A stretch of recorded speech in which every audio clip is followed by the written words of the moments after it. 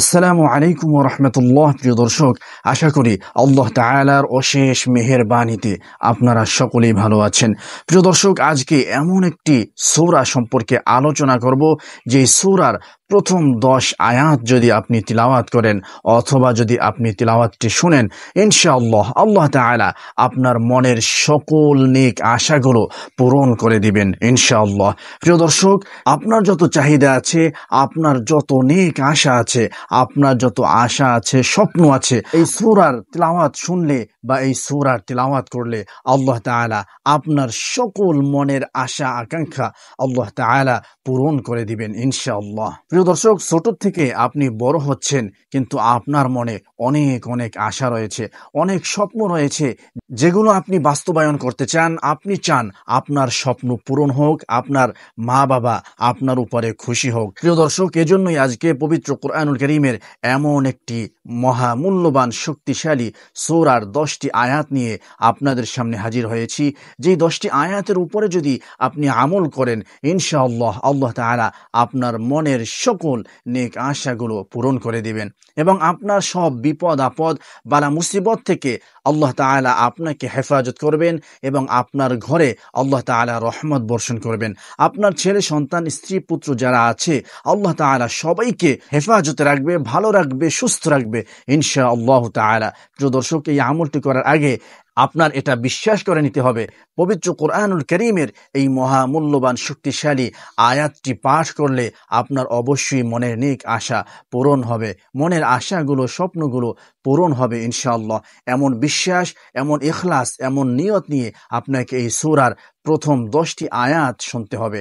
একটু সময় করে আপনি এই 10টি আয়াত শুনুন, ইনশাআল্লাহ আপনার মনের চাহিদাগুলো আল্লাহ তাআলা পূরণ করে দিবেন।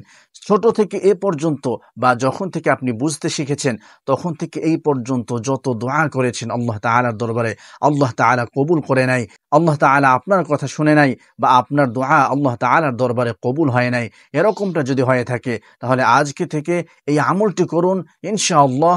এই তেলাওয়াতটি শুনুন অথবা এই সূরার প্রথম 10টি আয়াতের উপরে আমল করুন। আপনি তেলাওয়াত করুন, না পারলে আপনি তেলাওয়াত শুনুন ইনশাআল্লাহ।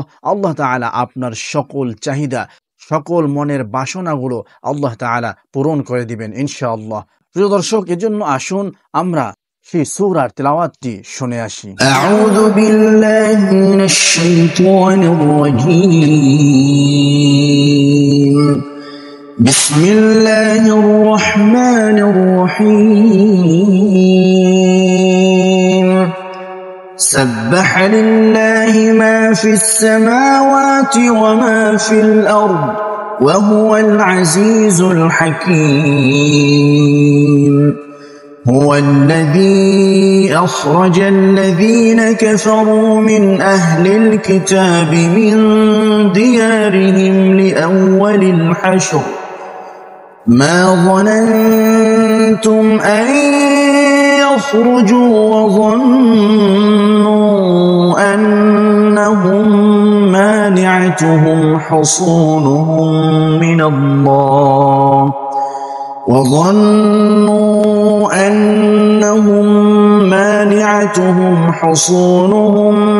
الله فأتاهم الله من حيث لم يحتسبوا وقذف في قلوبهم الرعب يخربون بيوتهم بأيديهم وأيدي المؤمنين فاعتبروا يا أولي الأبصار. ولولا أن كتب الله عليهم الجلاء لعذبهم في الدنيا ولهم في الآخرة عذاب النار. ذلك بأنهم شاقوا الله ورسوله ومن يشاق الله فإن الله شديد العقاب. ما قطعتم من لينة أو تركتموها قائمة على أصولها فبإذن الله وليخزي الفاسقين. وما أفاء الله على رسوله منهم فما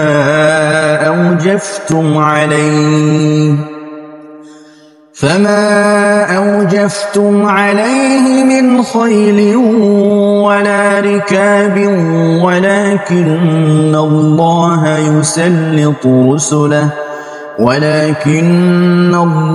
يسلط رسله على من يشاء والله على كل شيء قدير. ما أفاء الله على رسوله من أهل القرى فلله وللرسول ولذي القربى واليتامى والمساكين وابن السبيل كي لا يكون دولة بين الأغنياء منكم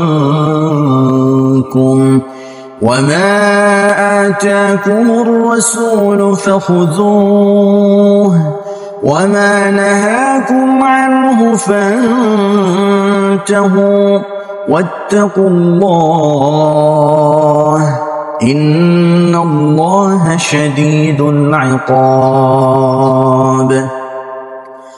للفقراء المهاجرين الذين أخرجوا من ديارهم وأموالهم يبتغون فضلا من الله ورضوانا وينصرون الله ورسوله أولئك هم الصادقون. والذين تبوأوا الدار والإيمان من قبلهم يحبون من هاجر إليهم ولا يجدون في صدورهم حاجة مما